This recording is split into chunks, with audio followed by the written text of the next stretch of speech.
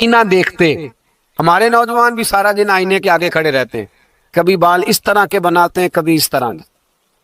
تو میرا کئی دفعہ دل کرتا ہے کہ میں ان سے کہوں کہ تو آئینے کو کہہ رہا ہے جھوٹ بول، پر وہ کیسے بولے؟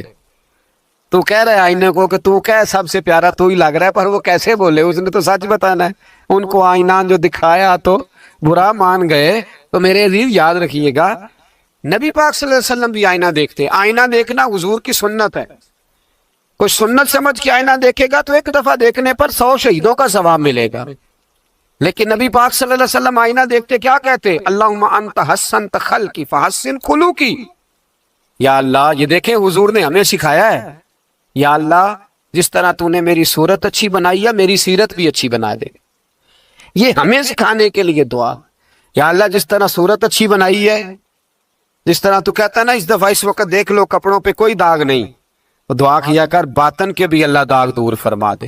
یہ والا سارا معاملہ بھی ٹھیک ہو جائے. آخر کی طرف آتا ہوں. فرمایا جب کھانا کھانے لگو تو دعا مانگو. اور ایک روایت میں فرمایا یہ دعا پڑھ لو، کھانے میں زہر بھی ہوگا تو تم پہ اثر نہیں کرے گا. کھانے پہ ایسے میں بڑی تکلیف سے کہتا ہوں کہ آج بھی ہمیں کہنا پڑتا ہے کہ بہت سارے لوگ ایسے ہیں جو ابھی بھی کھانے سے پہلے بسم اللہ نہیں پڑھتے. یار بڑے افسوس کی بات نہیں؟ بڑے افسوس کی. حضور نے دعا سکھائی، میں یہ دعا پڑھو گے تو زہر بھی ہوگا تو اثر نہیں کرے گا. بسم اللہ الذی لا یضر مع اسمہ شیء فی الارض ولا فی السماء یا حی یا قیوم، جس کی برکت سے زمین و آسمان میں کوئی چیز بھی نقصان نہیں دیتی. اور اے اللہ ہے ہمیشہ زندہ رہنے والے اور قائم رہنے والے. یہ نبی پاک علیہ السلام. اور ایک حدیث میں اور بھی دعا آئی ہے. بسم اللہ شریف تو خیر بخاری میں موجود ہے، مسلم میں موجود ہے. بسم اللہ والا برکت اللہ بھی ایک حدیث میں نبی پاک صلی اللہ علیہ وسلم نے ارشاد فرمایا. اور جب کھانا کھا چکے پھر کہا دعا مانگو، الحمدللہ الذی اطعمنا وسقانا وجعلنا من المسلمین. اللہ تعالیٰ کا شکر ہے جس نے ہمیں کھلایا بھی، پلایا بھی اور مسلمان بھی بنایا. مرزا مظہر جانا فرماتے ہیں کہ بارش ہوئی تھی تازی دلی میں تازی بارش ہوئی. ایک بابا لکڑی کے جوتے پہنے ہوئے کھڑا ہوں، اللہ اللہ اللہ اسی کسے دے کچھ بھی نہیں لگ دے نہ کوئی ساڈا دردی. بابا مست ہو کے جا رہا، اللہ اللہ کرتا جا رہا. ایک طوائف اپنے کوٹھے سے اتر کے تو سیڑھیوں پہ بیٹھی تھی، ساتھ اس کا یار بھی بیٹھا تھا. بابا اپنی مستی میں جا رہا تو بابا جی کے پیروں سے کچھ مٹی اڑی تو اس عورت کے کپڑوں پہ پڑ گئی. پرواہ ہی نہیں، بزرگ گزر رہے. وہ یار اس کا دوڑا ہوا آیا، اس نے آ کے تھپڑ مارا. کا خیال نہیں سارے اس کے کپڑے آلودہ کر دیے، تو کدھر تیرا دماغ نہیں ٹھیک؟ بابے نے نظر اٹھائی، کہا بیٹے میں نے دیکھا نہیں، چل اللہ تیرا بھلا کرے، تو نے بدلہ لے لیا. بابا جی چپ کر کے وَإِذَا خَاطَبَهُمُ الْجَاهِلُونَ قَالُوا السَّلَامَ چپ کر کے گزر گئے. ٹھنڈ کا موسم تھا، بارش تازہ ہوئی تھی، حلوائی دودھ کاڑ رہا تھا. اس نے بٹھایا بابا جی کو پھٹے پہ، پیالہ پکڑا، دوڑ کے آگے بڑھا. بزرگ آ گئے، آئیے بیٹھیے. دودھ کا گرم گرم پیالہ شکر ڈال کے دیا. بابا جی نے دودھ پیا، پھر نظر جھکی، پھر رنگ بدلا. کہنے لگے مالک تو کتنا بے نیاز ہے، کہیں تھپڑ مرواتا ہے کہیں دودھ پلاتا ہے. تیری بے نیازی ہے نا، ادھر تھپڑ مروایا یہاں دودھ پلایا، تو ہی جانتا ہے تیرے رنگ کیا ہے. ابھی بابا وہیں بیٹھا تھا، توڑے آئے پیچھے سے لوگ، شور ہوا. بابے کو دبوچ کے وہاں لے گئے جہاں اس نوجوان نے تھپڑ مارا تھا. کہا تو اللہ کا بندہ ہے، اللہ کے بندے بد دعا تو نہیں دیتے. ہوا کیا؟ کہا تو نے بد دعا دی ہے. کہا نہیں دی، بات بتاؤ. کہنے لگے اس نے تجھے تھپڑ مارا ہے، چھت پہ چڑھا ہے، پیر پھسلا ہے، گردن کے بل گرا ہے، من کا ٹوٹ گیا، مر گیا ہے، تو نے بد دعا دی ہے. بابا جی کہنے لگے یار میں نے تو دوسرا لفظ بھی نہیں کہا، بھلا ہو کہہ کے گزرا ہوں، میں نے نہیں بد دعا دی. کہا تو نے دی ہے تبھی تو مر گیا. کہا نہیں دی.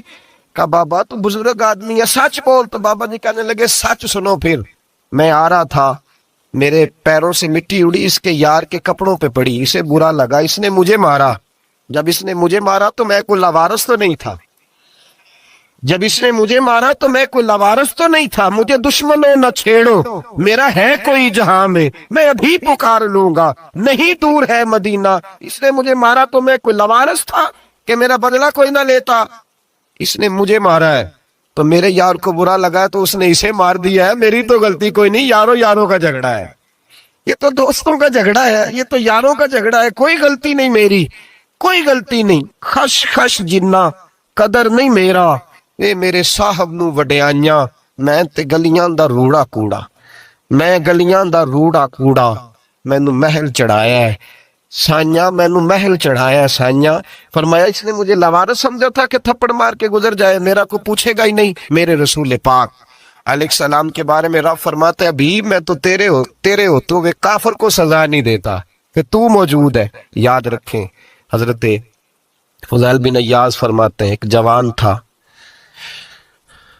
مسجد میں آیا, لوگوں سے کہنے لگا روٹی کھلاؤ, کسی نے توجہ نہ کی. اس نے کہا میں رب بتانے والا ہوں, میری طرف دیکھو تو صحیح. کسی شخص نے خیال ہی نہ کیا. پھر اس نے کہا یار تھوڑا سوچو, نمازیوں سے کہا, اہل علاقہ سے کہا, انہوں نے کہا تیری طرح کے بڑے درویش دیکھیں. مسجد کے محراب میں وہ رب کریم کا بندہ انتقال کر گیا.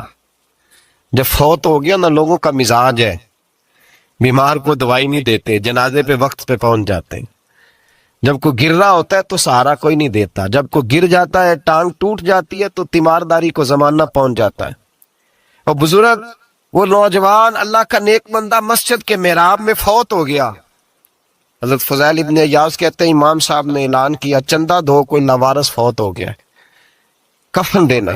چندہ کٹھا ہوا, کفن خریدا, جنازہ پڑا, عشاء کے بعد دفن کر کے آئے.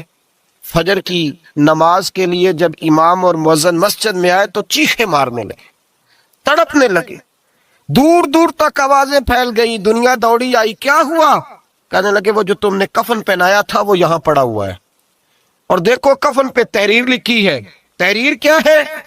عرش کے مالک نے فرمایا میرے دوست نے روٹی مانگی تم نے دی نہیں, اس نے تمہیں میرے قریب کرنے کے لیے اپنی طرف توجہ کرائی, تم نے کی نہیں, اور میرا یار تمہارے کفن کا محتاج تھا. سنبھال کے رکھو اپنا کفن, میں نے اسے جنت کا لباس عطا فرما دیا, سنبھال کے رکھو. یہ کوئی لاوارثوں کا ٹولہ ہے؟ یاد رکھیں جو وارث والے ہیں, وارث والے ان کا رنگ اور ہے, جو ماننے والے ہیں ان کا مزاج اور ہے. اپنی زندگی لاوارثوں کی طرح نہیں.